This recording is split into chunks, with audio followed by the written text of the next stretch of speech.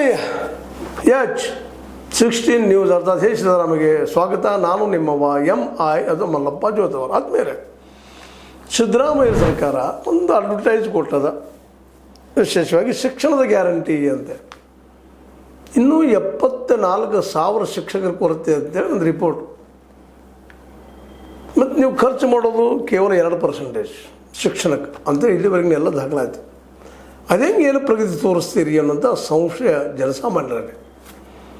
ಯಾಕಂದ್ರೆ ಸರ್ಕಾರಿ ಶಾಲೆಯಲ್ಲಿ ಕರೆಯೋರು ಬಡವರ ಮಕ್ಕಳು, ದುಡಿಯೋರ ಮಕ್ಕಳು, ಕೂಲಿಕಾರ ಮಕ್ಕಳು, ಅವ್ರಿಗೆ ಇವತ್ತು ಉನ್ನತ ಶಿಕ್ಷಣ ಬೇಕಾಗಿದೆ, ಶ್ರೇಷ್ಠ ಶಿಕ್ಷಣ ಬೇಕಾಗಿದೆ. ಮೌಲ್ಯಾತ್ಮಕ ಅನ್ನೋಕ್ಕಿಂತಲೂ ಪ್ರಾಯೋಗಿಕವಾಗಿ ಬದುಕುವಂಥ ಶಿಕ್ಷಣ ಇವತ್ತು ಬೇಕಾಗಿದೆ. ಬರೀ ಬರ ಓದಷ್ಟು ಅಲ್ಲ. ಮತ್ತು ಅದಕ್ಕಿಂತ ಮುಖ್ಯವಾಗಿ ಸರ್ಕಾರಿ ಶಾಲೆಗಳು ಖಾಸಗಿ ಶಾಲೆಯವರಿಗಿಂತ ಯಾವುದಕ್ಕೂ ಕಡಿಮೆ ಆಗದಂಗೆ ಬರಬೇಕಾಗಿದೆ. ಆ ದಿಶೆಯಲ್ಲಿ ಏನೋ ಮುಂದಿನ 3 ವರ್ಷಗಳಲ್ಲಿ ಒಂದು ಶಿಕ್ಷಣದಲ್ಲಿ 8 ಕ್ರಮಗಳಂತ ಓದಿವಿ ನಾವು.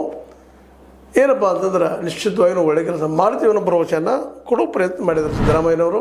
ಅದು ಎಷ್ಟು ಮಟ್ಟಿಗೆ ಆಗ್ತದೆ ನೋಡ್ಬೇಕು ಭವಿಷ್ಯದಲ್ಲೇ. ಬಟ್ ಇಲ್ಲಿವರು ಕೂಡ ಹೇಳಿದಂತೆ ಗ್ಯಾರಂಟಿಗಳನ್ನು ಕೊಟ್ಟಿದ್ದಾರೆ. ಶಿಕ್ಷಣ ಗ್ಯಾರಂಟಿ ಸಂಪೂರ್ಣವಾಗಿ ಬೇಕಾಗಿದೆ. ಪ್ರತಿ 30 ಹುಡುಗರಿಗೆ ಒಬ್ಬ ಶಿಕ್ಷಕ ಅಥವಾ ಶಿಕ್ಷಕಿ ಬೇಕಾಗಿದ್ದಾರೆ ಇವತ್ತು. ಅದರಲ್ಲೂ SLCವರೆಗೆ ಮಕ್ಕಳ ಬದುಕನ್ನು ಗಟ್ಟಿಯಾಗಿ ತಯಾರು ಮಾಡುವಂಥ ಭಾಷಾ ಜ್ಞಾನ, ಗಣಿತ ಜ್ಞಾನ, ಸೈನ್ಸ್ ಜ್ಞಾನ, ಸೈಂಟಿಫಿಕ್ ಟೆಂಪರ್ ಬೆಳೆಯುವಂಥ ಜ್ಞಾನ ಪ್ರತಿ ಸರ್ಕಾರಿ ಶಾಲೆಯಲ್ಲಿ ಕೊಡಿಸ್ಬೇಕಾಗಿದೆ. ಬಿಸಿ ಊಟ ಕೊಡ್ತೀರಿ, ಮಾಡ್ತೀರಲ್ಲ, ಸಂತೋಷ. ಅದಕ್ಕಿಂತ ಇಂಪಾರ್ಟೆಂಟ್ ಜ್ಞಾನ ಬೇಕಾಗಿದೆ. ಅದು ಇಲ್ಲಿ ಸಿಗ್ತಾ ಇಲ್ಲ ಸರ್ಕಾರಿ ಶಾಲೆಗಳಲ್ಲಿ.